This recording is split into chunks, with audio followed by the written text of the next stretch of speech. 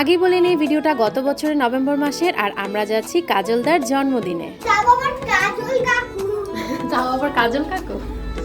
সাহিত্যর কথা স্টাইলেই বুঝতে পারছেন, তাও আবার কাজল কাকু মানে সে কাজল কাকুকে খুব পছন্দ করে, এবং কাজল কাকুর কথা বলার স্টাইল আমাদের সবারই খুব পছন্দের। এত মজার একজন মানুষ কাজলদা, তার জন্মদিনে যদি মজা না করি তাহলে কি হয় বলেন? আমাদের সেই ভরপুর আনন্দগুলোই আজকের ভিডিওতে তুলে ধরব। Happy birthday to you.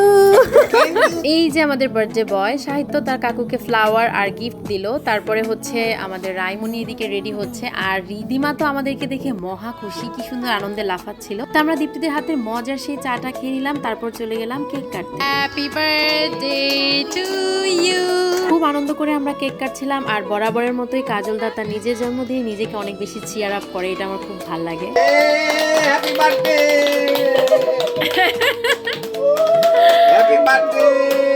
তারপরে সবাই খুব মজা করে কেক খেলো, আর এদিকে বড় মাসি আমার হেয়ার কাটের খুব প্রশংসা করছিল, ভালো লাগছিল শুনতে। রিদিকে বলতে হবে, রিদিকে। এরপরে শুরু হয়ে গেল মজার মজার সব গেম। হ্যাঁ, সাহিত্য গোলায় ফেলছে। আর সাহিত্য বলছে I have pretty some dress. আমরা চাইনিজ হুইসপার গেম দিয়ে খেলা শুরু করেছিলাম। কাকের বাসায় বগের ছা। আচ্ছা, আমি বলবো তুমি কোন বাগানের ফুল? তুমি কোন কাননের ফুল? চাইনিজ হুইসপারের পরে শুরু হয়ে গেল পিলো গেম। এইদিকে সবশেষে সাহিত্য আর তার কাকিমণি টিকে ছিল, সাহিত্য হয়ে গেল উইনার। তার এক্সাইটমেন্টটা শুধু দেখেন। আমার ছেলের অবস্থা দেখে আমরা হাসতে হাসতে শেষ।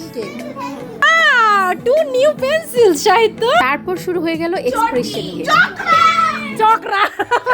অনেক সাধনার পরে আমি পেলাম তোমার মন, পেলাম খুঁজে ভুবনে আমার আপনজন।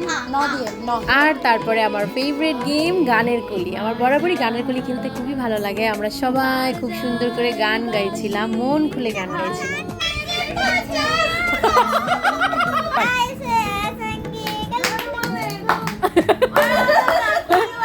আমরা জামাল জামাল জামাল জামাল।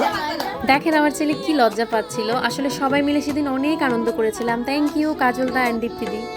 মাথায় চিরুনি লাড়কি।